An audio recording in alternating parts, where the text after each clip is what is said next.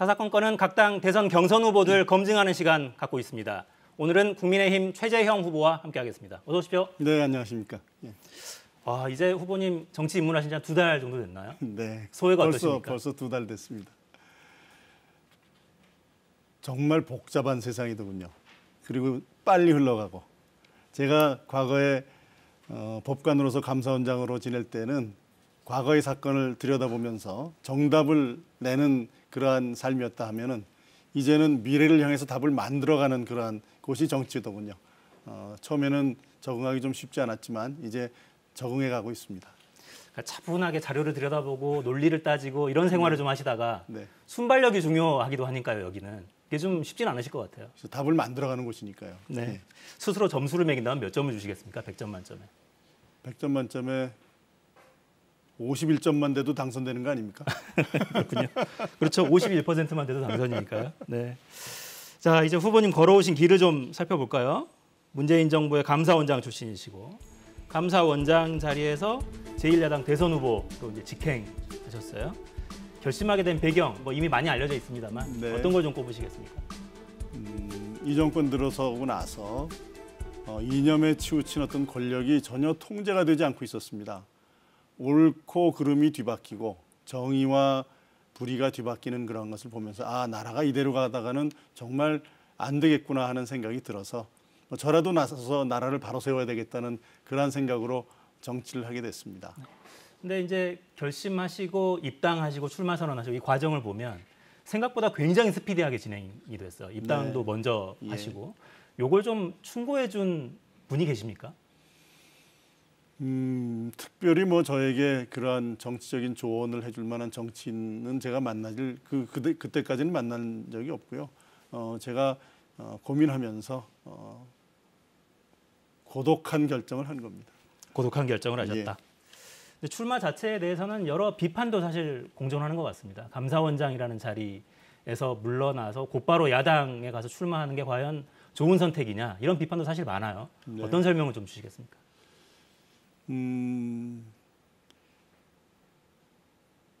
제가 이제 정치를 하면서 야당으로 들어가게 된 것은 정치라는 것은 뜻을 같이 하는 사람들이 함께 모여서 그 힘을 모아서 어떤 공동의 목표를 달성하는 것이라고 생각을 했기 때문에 정치를 하기로 마음먹은 다음에 정치를 하기 위해서는 결국은 저와 많은 생각을 공유하고 있는 그러한 정당과 힘을 합쳐야 되겠다는 생각을 가지고 야당에 입당을 하게 됐습니다. 네. 그러니까 감사원이라는 조직, 감사원장이라는 자리가 차지하는 상징성, 또 정치적 중립 이런 걸 좀 허문 거 아니냐 이런 비판에 대해서는 어떤 답을 주시겠어요? 일단 제가 재직 중에 감사원의 정치적 중립성이나 독립성에 대해서 전혀 부끄러움 없는 그러한 삶을 살았습니다. 그래서 저희 출마를 가지고 감사원의 정치적 중립성이나 독립성에 대해서 문제 삼는 것에 대해서 저는 동의하지 않습니다. 네, 이제 31년 판사 생활 하셨잖아요. 혹시 기억에 남는 그런 판결이 있다면 좀 소개를 해주시겠습니까? 판결 하나하나가 정말 중요하죠. 저는 판결 하나하나가 정말 중요하다는 생각을 가지고 판결을 해왔고요. 기억에 남는 판결이라고 하면은 2011년 제가 제1동포 간첩 사건, 재심 사건의 재판장을 맡았을 때 그 피고인이 정말 억울하게 불법 구금을 당한 상태에서 허위 자백을 한 것이 유일한 증거가 돼서 유죄 판결을 받은 게 있었습니다. 제가 그 판결을 무죄를 선고하면서 아무리 남북 분단 상황 그리고 엄중한 상황이었다 하더라도 우리 법원이 과거에 국민의 인권을 보호하기 위한 책무를 다하지 못했구나 하는 그런 마음이 들어서 그 피고인에게 판결을 선고하면서 제가 만일 법원을 대표할 수 있는 자격이 있다면 미안하다는 말을 해야 되겠다라는 사과의 말을 감정을 제가 표현한 적이 있습니다. 그게 이제 많이 인구에 회자되고 저로서도 기억에 남고 있습니다. 그랬군요. 이제 최재형이라는 인물한테 보수 야권 지지자들의 지지가 좀 쏠리고 이런 과정에서는 보수의 가치 이걸 좀 지켜온 왔다는 그 이미지도 컸을 것 같아요. 근데 이제 정치권에 들어오신 다음에 독립운동가 집안이라는 게 조금 흔들리는 듯한 모습도 좀 있었습니다. 그러니까 조부가 반대로 친일한 거 아니냐 이런 의혹까지 좀 나왔었고 그 부분은 개인적으로는 좀 아프셨을 것 같기도 합니다. 저희 조부께서는 이제 춘천고보 시절에 순종 그 서거시에 상장달기 운동도 주도했고 그에 이어서 이제 일본 교사의 부당한 처사에 항거해서 동맹 휴학을 하면서 이제 퇴학을 받으신 그런 경험이 있었습니다. 그런데 그 제가 알지 못했던 여러 가지 일들, 제가 태어나기 전에 있었던 일들, 그리고 그 당시 그것을 뭐 크게 문제 삼을 수도 없는 그런 사소한 일들을 가지고 친일 프레임을 씌워서 저를 공격했던 것을 보면서 제가 정치에 들어서고 나서 얼마 되진 않았지만 정말 야, 정치라는 것이 참 이렇게 지저분한 곳이구나라는 생각을 했고요. 그 부분에 대해서는 뭐 언론중재위원회 정정보도도 요청해 놓고 있습니다. 네. 이제 정책 공약을 좀 살펴볼까요? 이제 대한민국 미래를 책임지겠다고 나서셨으니까 내일 공약 발표회도 예정돼 있죠? 7분씩 PT를 하는 걸로 제가 알고 있는데. 세 가지 공약에 대해서 제가 국민들께 설명을 드리는 기회가 내일 있습니다. 네. 내일은 어떤 공약을 좀 소개하실 예정입니까? 세 개라면. 그 이 자리에서 말씀드리면 좀 미리 말씀드리면은 네. 조금 네. 힘이 셀 것 같은데요. 제작진이 뽑아놓은 것들이 있어요. 그걸 좀 보면서 말씀 나누겠습니다. 네네. 저희 제작진이 뽑아놓은 건 규제 모라토리움. 예. 저 오늘 발음이 왜 이렇게 안 되죠? 규제 모라토리움을 맨 먼저 꼽아놨네요. 100일간 정부 규제를 신설하거나 강화하지 않고 동결하겠다. 그 상태 전면 재검토하겠다. 이런 거를 좀 내놓으셨던데요. 염두에 둔 규제가 있습니까? 이건 없는 게 낫겠다라고 생각하신? 부동산에 관한 각종 규제도 있고요.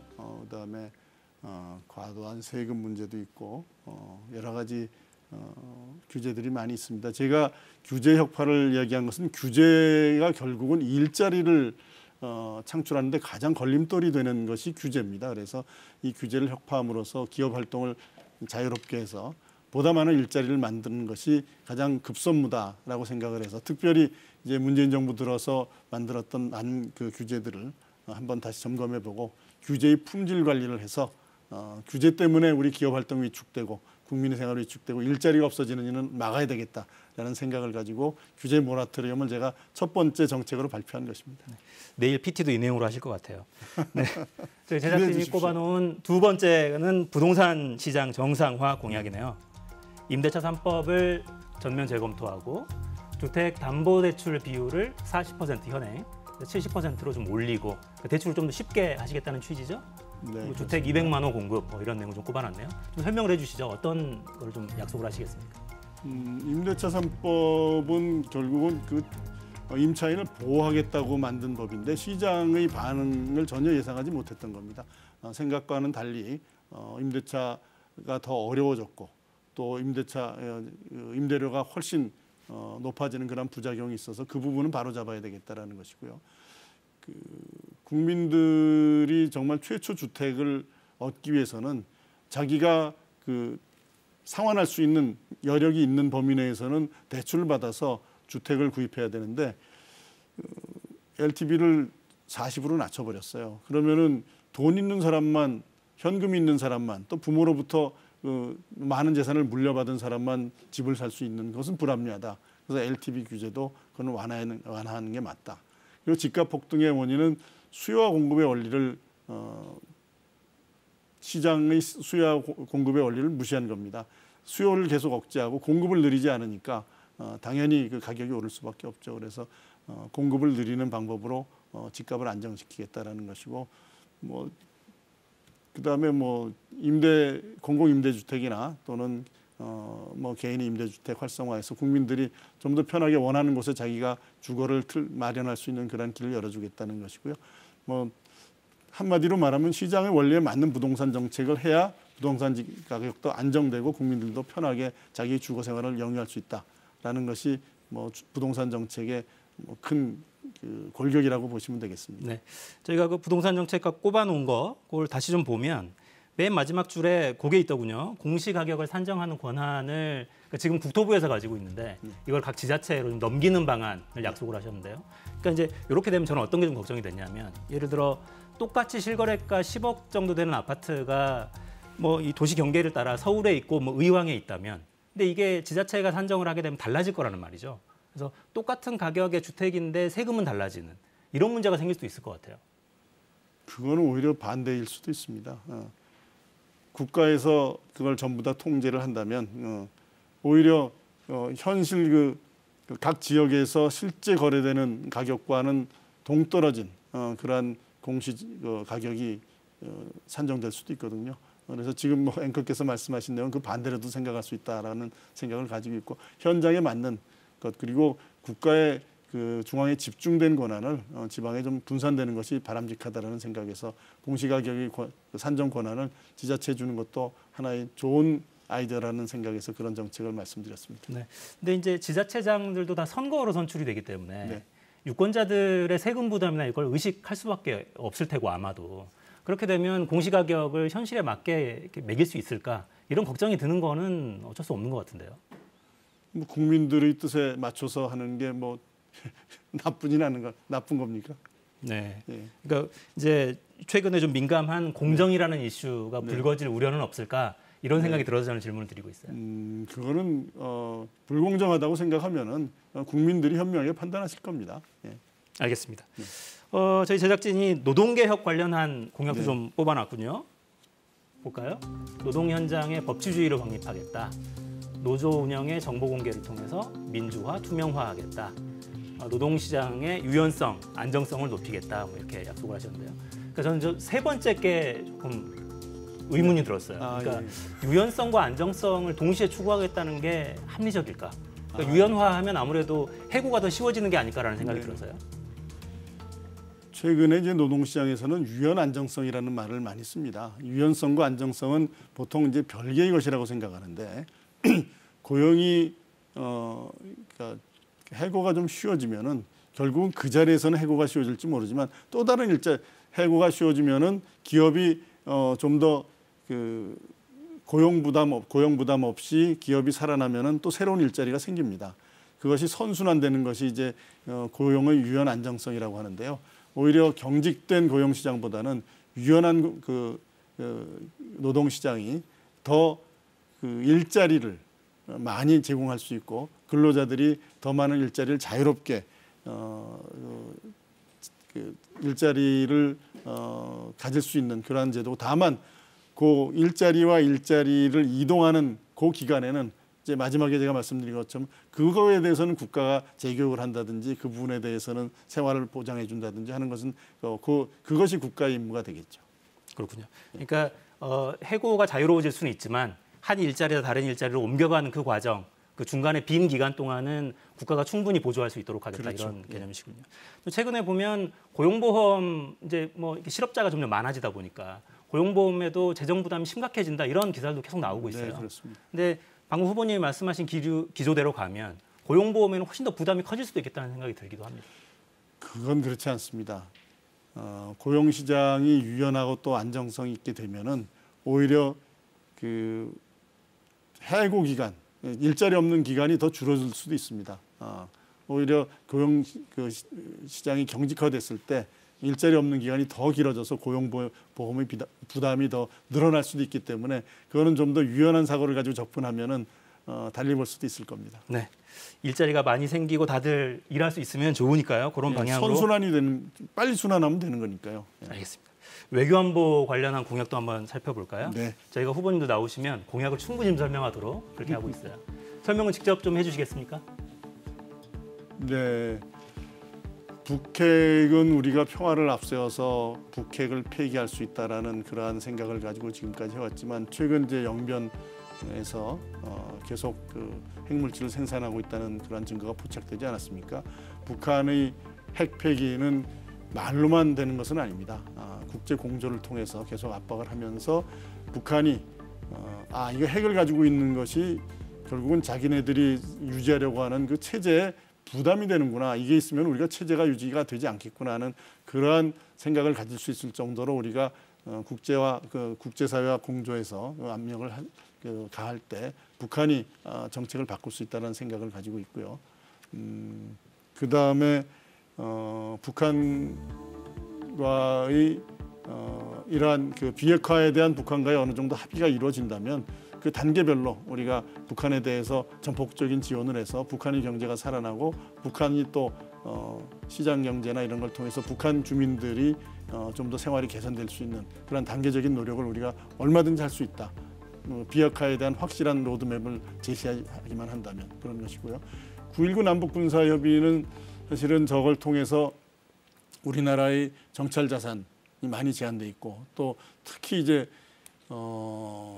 서해오도에서는 군사 훈련 자체를 할 수가 없습니다. 그래서 심지어는 그 자주포를 육지까지 가져와서 훈련을 하고 또 그걸 싣고 가고 그 자리에 또 공백을 메우기 위해서는 또 다른 그 자주포를 넣어놓고 이런 아주 그 불합리한 그런 일들이 일어나서 우리 안보 역량을 많이 저하시켰습니다. 그것은 우리가 좀 바로잡아야 되겠다 그런 생각을 가지고 있습니다.